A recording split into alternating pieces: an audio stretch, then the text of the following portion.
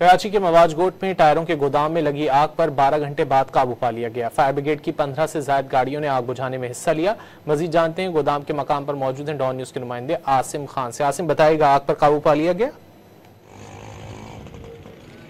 जी मैं इस वक्त मवाजगोट के उस मकाम पर मौजूद हूँ जहाँ पर गुज़िश्ता दोपहर अचानक ही पुराने टायरों के गोदाम में आग लगी थी, जिसने देखते ही देखते इंतहाई शिद्दत अख्तियार की और शहर भर में जो है फायर ब्रिगेड को अलर्ट किया गया, जिसके बाद इसे तीसरे दर्जे की आग करार दिया गया और फिर 12 घंटे की जद्दोजहद के बाद इस पर काबू पा लिया गया। ताहम 4 घंटे से अब भी यहाँ पर कूलिंग का अमल जारी है। मैं अपने कैमरा मैन अली जान से कहूँगा वो दिखाया कि आप देख सकते हैं कि मुख्तलिफ पॉकेट्स में अब भी कहीं कहीं आग लगी, लेकिन हमारी जो फायर ब्रिगेड हुकाम से बात हुई है तो उनका ये कहना है कि अब खतरे की कोई बात नहीं है, क्योंकि गुज़िश्ता रोज जो आग थी वो 12 घंटे तक फॉर्म और जो है फायर ब्रिगेड काम की जानिब से जो है वो बुझाई गई।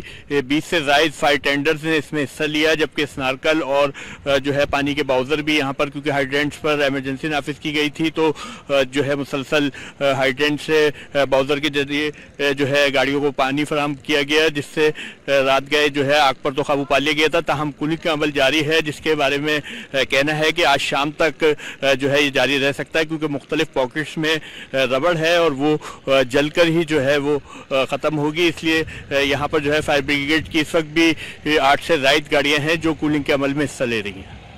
बहुत शुक्रिया आसिम खान इन तफसीलात के लिए।